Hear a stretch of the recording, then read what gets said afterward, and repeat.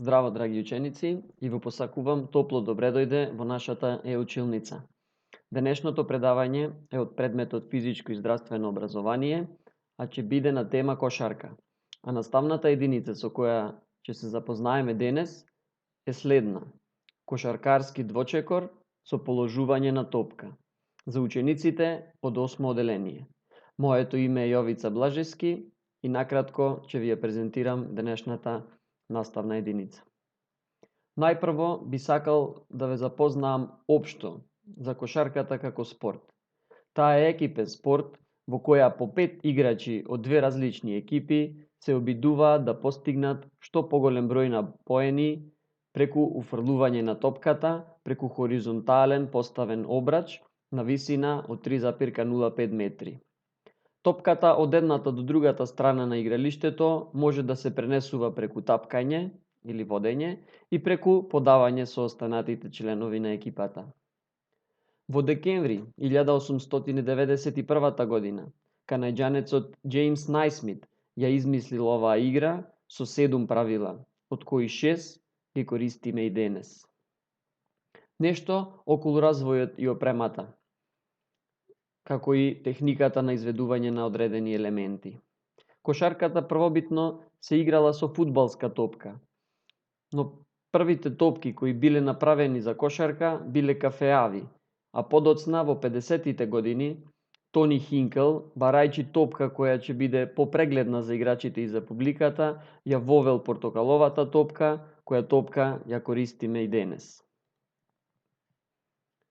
И за машките и за женските екипи стандардна униформа се состои од шортс и дрес со јако и јасно видлив број, единствен во екипата, испечатен однапред и одназад.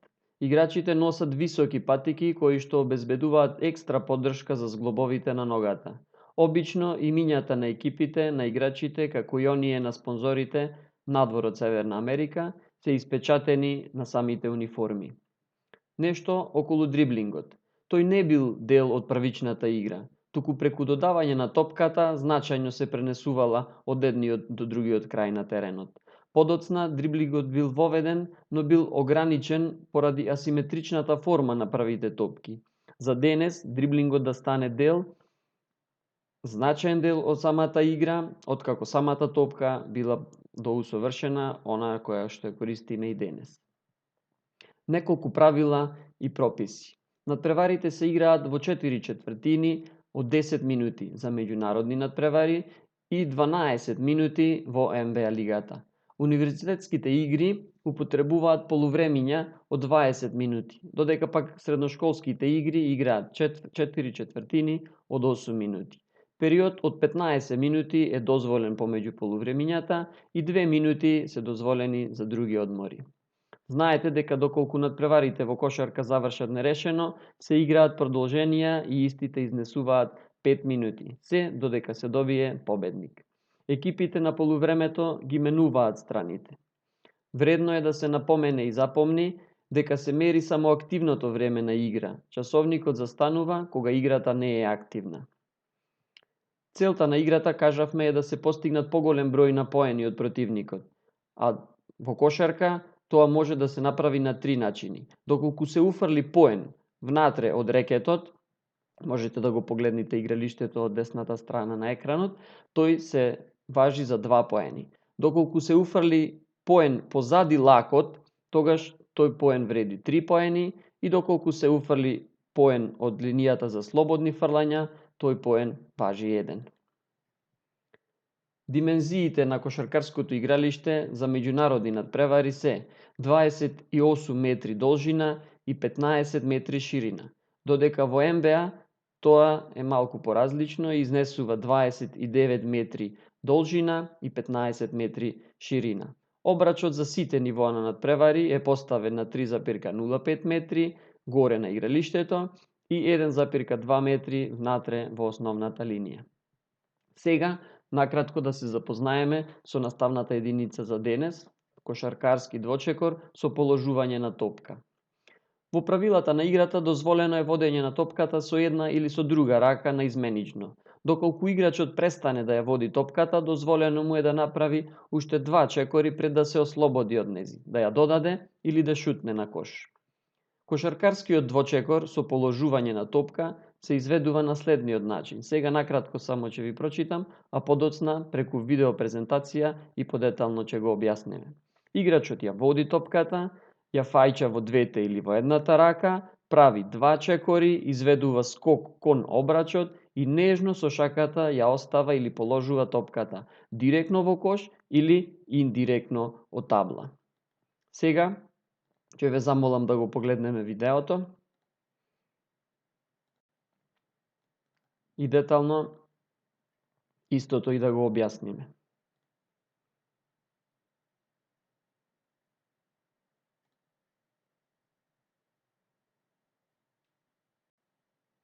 Како да изведиме чекор со положување на топка?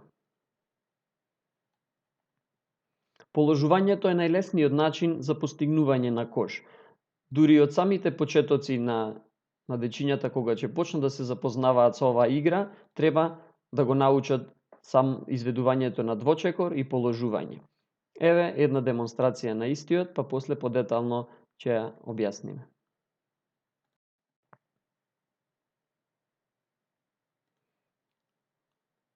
Сега го објаснуваме постапно целиот елемент. Најпрво ја водиме топката. Потоа, почнуваме да го изведуваме двочекорот или двата чекори. Доколку шутот го изведуваме со десна рака, првиот чекор треба да ни биде со десна нога. Па го изведуваме вториот чекор со одразната левата нога.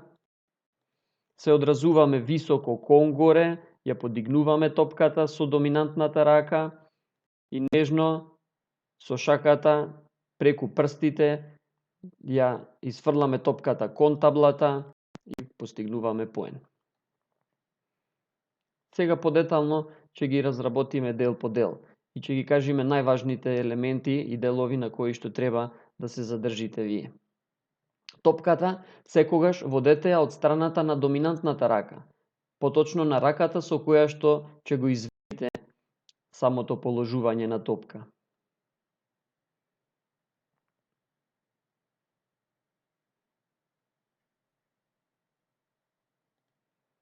Секогаш одразете се нагоре и во висина, не напред во далечина.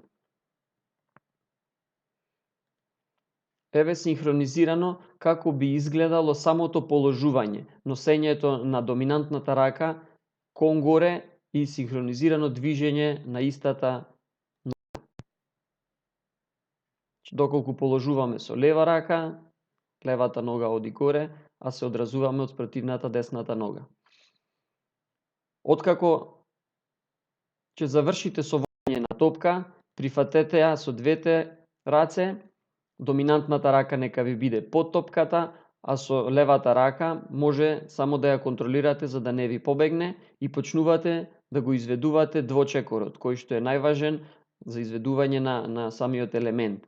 Почнуваме со десната нога, доколку изведуваме десно положување,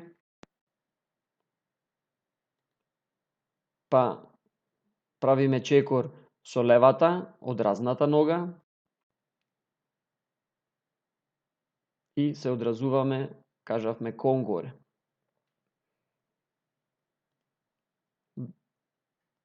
Да посочиме уште еднаш, секогаш водете ја топката од вашата доминантна страна или од страната со која што ќе сакате да го изведите самото положување.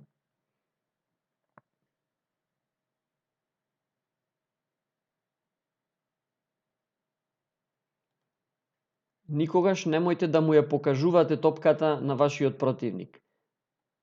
Ако го направите тоа, многу лесно ќе може да ве изблокира или да ви ја земе топката. Секогаш топката чувајте ја кон вашата доминантна страна или на страната на која што ќе го изведувате самиот двочекор.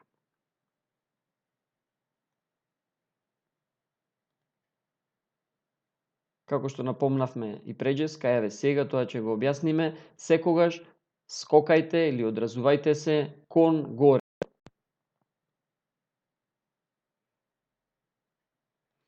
За почетници, бидејќи тие не можат да го изведат положувањето, добро е самото положување да го изведуваат како шут. Како секој нормален шут во игра. Тука е прикажано на ова видео.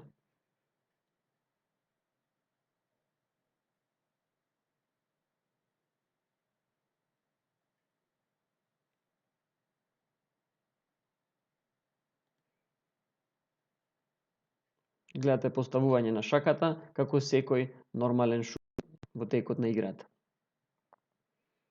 Додека пак поискусните играчи тоа треба да го направат со водење на топка, изведување на 2 чекори, високо одразување кон горе и положување на топката од табла. Топката ја водите со коренот на шаката, потоа ја истуркувате преку прстите и нежно ја следите до крај, до одбивањето од табла.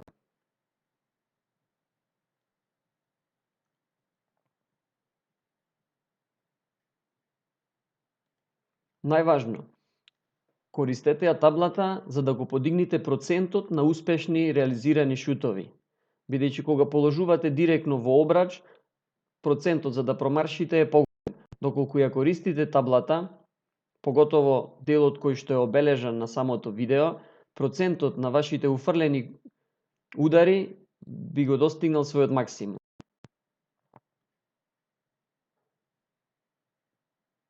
Секогаш обидете се да го погодите аголот.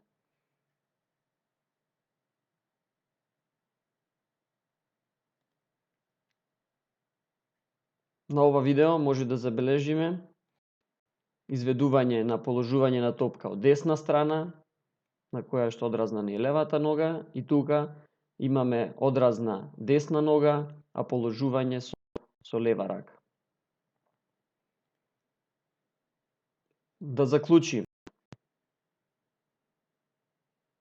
Секогаш чувајте ја топката кон страната со која што ќе го изведите самото положување, кон доминантната рака. Топката секогаш нека ви биде од таа страна. Доколку изведувате десен двочекор со положување, ја водите со десна рака, доколку изведувате лев, ја водите со лева рака. Кога ќе се доближите со водење на топка, кога ќе заприте со самото водење, секогаш направете 2 приближувачки чекори. Првиот секогаш нека ви биде со ногата со која што ќе го изведувате шутот со доминантната рака, во случајот е десна нога, а вториот чекор да ви биде со одразната нога, во случајот е левата.